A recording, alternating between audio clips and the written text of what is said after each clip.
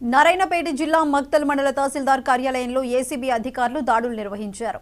మక్తల్ మండల సర్వేయర్ బాలరాజు గాసం వెంకటప్ప నుండి 9,000 రూపాయలు లంచం తీసుకుంటుండగా రెడ్ హ్యాండెడ్ గా పట్టుకున్నారు. భూమి సర్వే కోసం సర్వేయర్ బాలరాజు 12,000 రూపాయలు లంచం డిమాండ్ చేశాడు.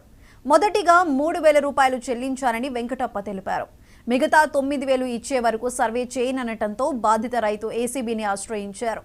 నిన్న మండల కార్యాలయంలో లంచం తీసుకుంటూ ఉండగా సర్వేయర్ బాలరాజు పట్టుబడ్డాడని ఏసీబీ డీఎస్పీ కృష్ణగౌడ్ తెలిపారు.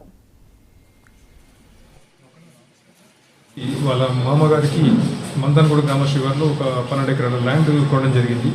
దాన్ని అతను తన 3 కొడుకులు మరియు తనకు 4 పేరు మీద సమభాగాలు చేసుకొని రిజిస్ట్రేషన్ కూడా చేయించుకున్నారు.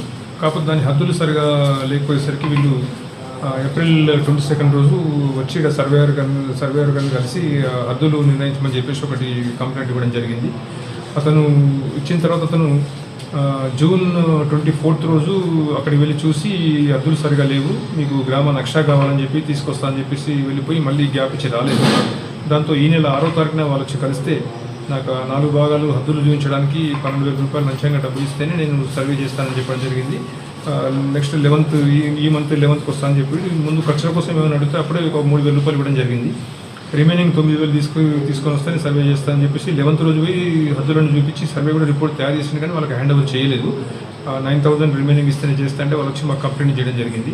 ఈరోజు దానికి సంబంధించిన 9,000 డబ్బులు కంప్లైంట్ రెడీ చేసుకొని వస్తే ఈరోజు సాయంత్రం 5 గంటల ప్రాంతంలో డబ్బులు ఇస్తుండగా మేము వచ్చి రిటర్న్గా పట్టుకొని డబ్బులు స్వాధీనం చేసుకున్నాము. కేసు దర్యాప్తు జరుగుతుంది. అయిపోయిన తర్వాత రేపు స్పెషల్ కోర్టు ఏసీబీ నాంపల్లి హైదరాబాద్లో ప్రొడ్యూస్ చేస్తాము. ఎవరైనా ప్రభుత్వ అధికారులు సామాన్య ప్రజల్ని వాళ్ళ పనుల గురించి లంచంగా డబ్బులు డిమాండ్ చేస్తే మా head office toll free number ఉంది 1064 కాల్ చేస్తే మేము తప్పకుండా ఎంక్వైరీ చేసి యాక్షన్ తీసుకుంటాం.